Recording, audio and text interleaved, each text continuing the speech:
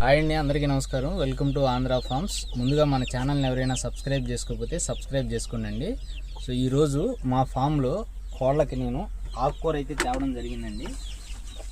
ఈ తోటకూర అండి. ఇది మనకి కోళ్ళకి అప్పుడప్పుడు ఆకుకూరలు అనేవి ఇవ్వాలండి.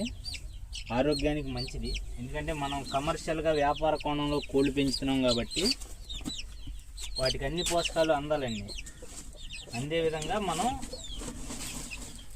కోళ్ళకి ఇవన్నీ ఇవ్వాలి. మన ఫామ్లో గడ్డి అనేది లేకపోతే ఆకుకూర అయితే కంపల్సరీగా ఇవ్వాలండి. ఇది 4 కట్టలు తోటకూర తెచ్చాను, 1 కట్ట పాలకూర తెచ్చానండి. సో ఇవి రేపటి కోసం అండి. ఈ సంచులు ఆల్రెడీ నేను ముక్కలు కట్ చేశానండి.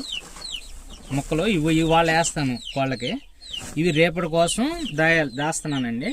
సో దాయాలంటే సమ్మర్ కాబట్టి మనం ఇట్లా గోను సంచి ఒకటి తీసుకొని దాంట్లో పెట్టేసేసి ఇట్లా చుట్టేసుకొని చక్కగా నీళ్ళు జిమ్ముకోవాలండి.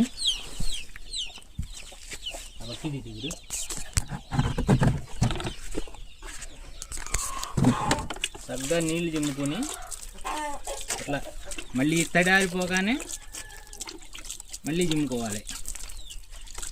ఇట్లా జిమ్ముకుంటే రేపటి వరకు ఉంటాయండి. అంటే మనం దొరకవు, సిటీ నుంచి తెచ్చుకోవాలండి ఆకుకూరలు. మార్కెట్లో కొంతమంది పండించుకుంటారు, ఓపిక ఉన్నోళ్ళు. ఓపిక లేనోళ్ళు సిటీ నుంచి తెచ్చుకుంటారు. సో ఇట్లా అండి, ఇట్లా మొత్తం తడిసేలాగా మళ్ళీ కాసేపు ఆగి మళ్ళీ కొట్టుకోవాలి. ఎండ ఎక్కువ అయినప్పుడు, ఆరిపోయినప్పుడు ఇట్లా కొట్టుకుంటే మీకు 24 అవర్స్ అయితే నిల్వ ఉంటాయండి.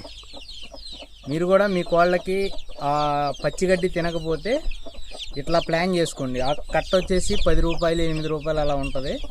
మీకు అవకాశం ఉన్నప్పుడు తెచ్చి మీ కోళ్ళకు పెట్టుకుంటే అనేక విటమిన్స్ అనేవి కోళ్ళకు అందుతాయండి. థ్యాంక్ యూ అండి.